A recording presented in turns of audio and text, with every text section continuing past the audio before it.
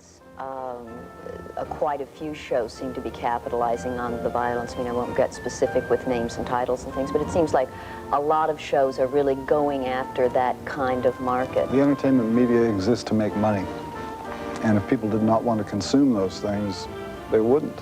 With video, with cable, with satellite communication, while mom and dad are downstairs watching the show, okay, on a Sunday, that kid might be upstairs for the first time viewing a very strong message. The values of pornography are very much becoming the values of the popular culture. Deep down, everybody would like to censor something. We all believe in the First Amendment, but we'd all have one or two little things on our hit list of censorship.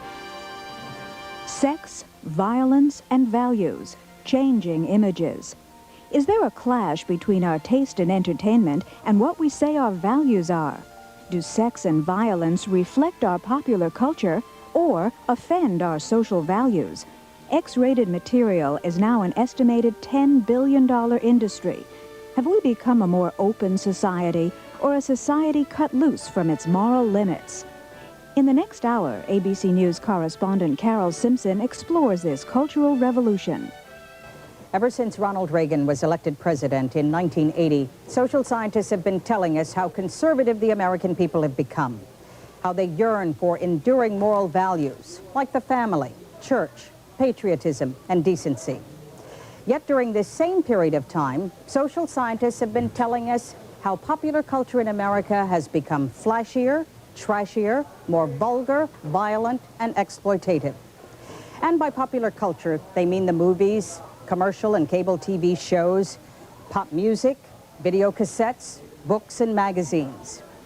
An ABC News poll conducted for this program showed that 40% of those polled had watched an X-rated movie last year. Despite the growing number of people who are watching such films, 57% of those polled said they don't believe pornography laws are strict enough. So we have a clash between what we say our moral values are and our taste in entertainment. ABC News media analyst Jeff Greenfield takes a look at where we were and where we are today. Early 1900s.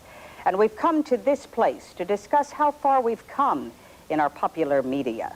The cultural revolution Jeff talked about, in which we are seeing increased sex and violence in our popular media. And with us to discuss the issue are Frank Zappa, who wants to be introduced as a national treasure, but perhaps most people know him better as a rock musician and composer. Lynne Littman, who is Oscar-winning documentary filmmaker and director and co-producer of the highly acclaimed film Testament. Then we have Morgan Fairchild, well-known TV and film actress, who is currently starring in the popular nighttime series Falcon Crest. And finally, Howard Rosenberg, who is the LA Times TV critic. As we saw in Jeff's report, he talked about all of the things we are seeing that we didn't see maybe even 10 years ago on the screen. Morgan, you're an actress. Have you noticed a change too? I mean, do you think there is more sex and violence?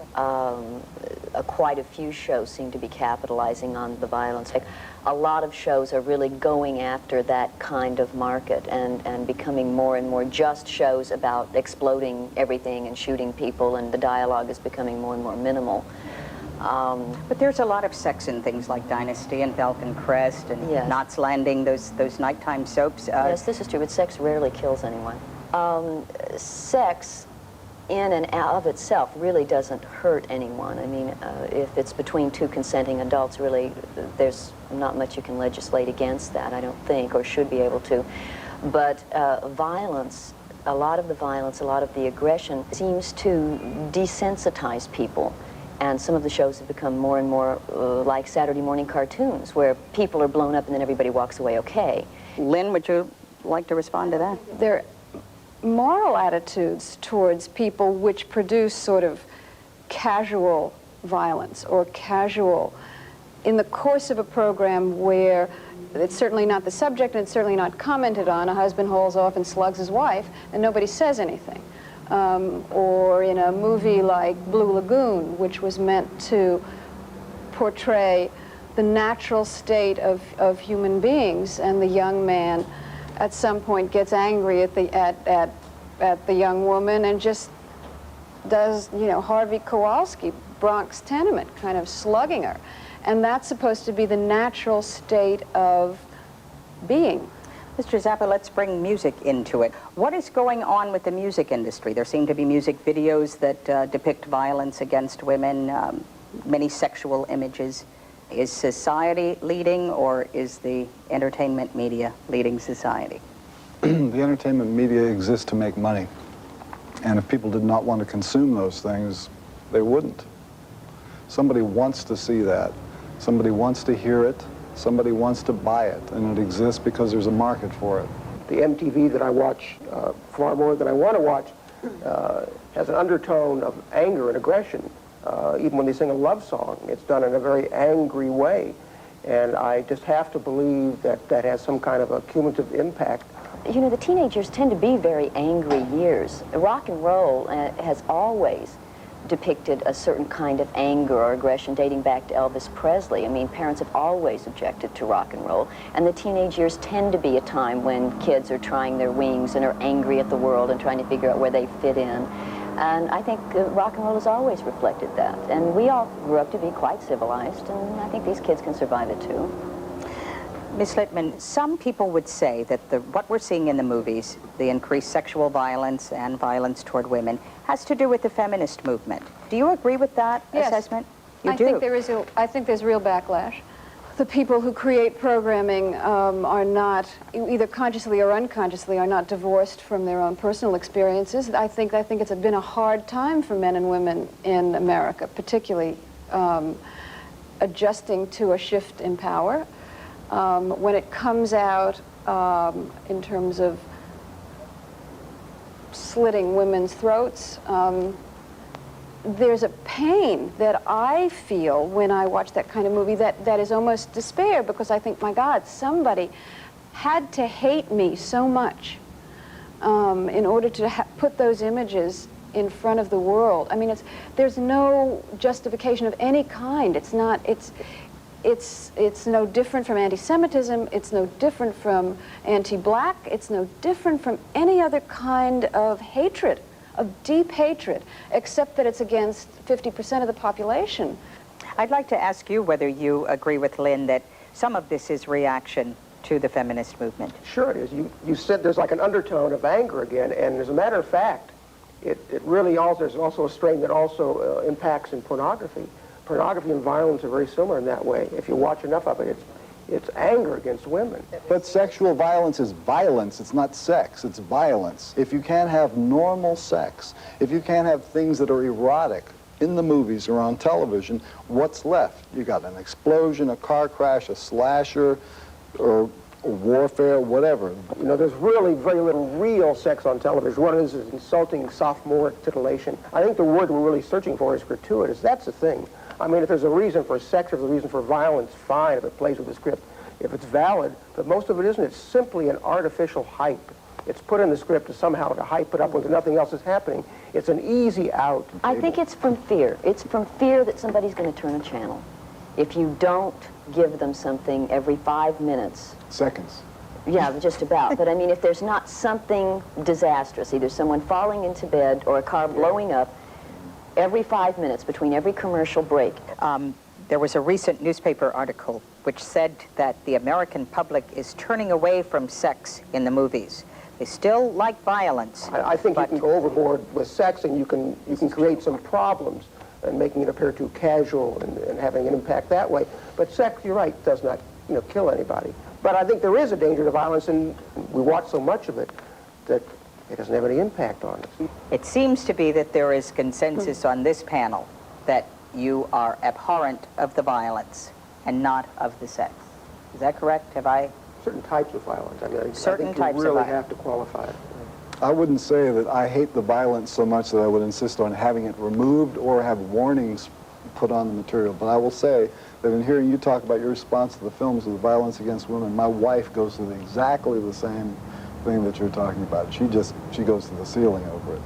Yeah, but what we're talking about here is whether or not we're upset about sex or violence. I'm upset about attitudes towards both. I'd like to ask you each a final question, and that is, when something is produced, should consideration be given to the impact it may have on the viewers or listeners? Mr. Zappa. Yeah, there should be some concern, but it should not be a primary concern. It should be 10th or 20th at best. Because you believe the artist must satisfy himself. The first thing that you have to do is be true to your art, whatever you're doing. Okay. Ms. Littman? Oh, I don't agree with that at all. I mean, the effect of what I do is part of what I do. It's the major part of what I do. And not the effect, the morality or the feeling or the spirit of what I make is absolutely part of it being something I'm proud of. So you do give consideration and would hope others should give consideration as to... I can't say should, but I assume. You wouldn't legislate it, would you? I wouldn't legislate it. I'd certainly hope for it. If you live your life worrying about whether or not you're going to cause somebody to get pregnant from your movie or your song or some of the things that have been suggested by these groups, then how can you do anything? Depends on why you do art or why you do creative stuff. Leave it up to the individual. Yeah, you know? I wouldn't legislate it, but I hope people would think about it. Ms. Fairchild. Well, as an actor, you're sometimes put in a position of portraying a character that maybe does not embody all of the uplifting qualities that you would like to see in mankind. But unfortunately, as an actor, any part of literature or drama or theater or anything requires characters like that if it's going to be reflective of humanity. So I can't always say that some of the characters that I've portrayed would be the kind I would want my daughter to grow up to be, nor can I say they're like myself. I do always try to be careful of some of the things that I do, and before we went on, I was mentioning a couple of film scripts that had been offered to me that have come out as major features that I thought were pornographic. I mean, they were pornographic to me to the point that I found them unpleasant, and I turned them down. It's a difficult point to draw that fine line. Mr. Rosenberg, is there a responsibility? Yes, why should we ask any less of artists than we do of politicians? You know, art is communications.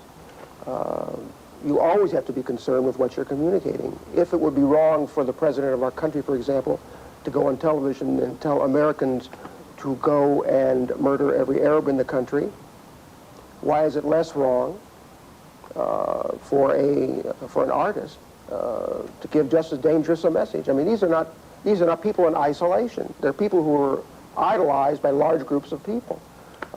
I think that there's a form of responsibility involved. According to an ABC News poll, adult viewers of X-rated movies has increased 50% in the last 5 years.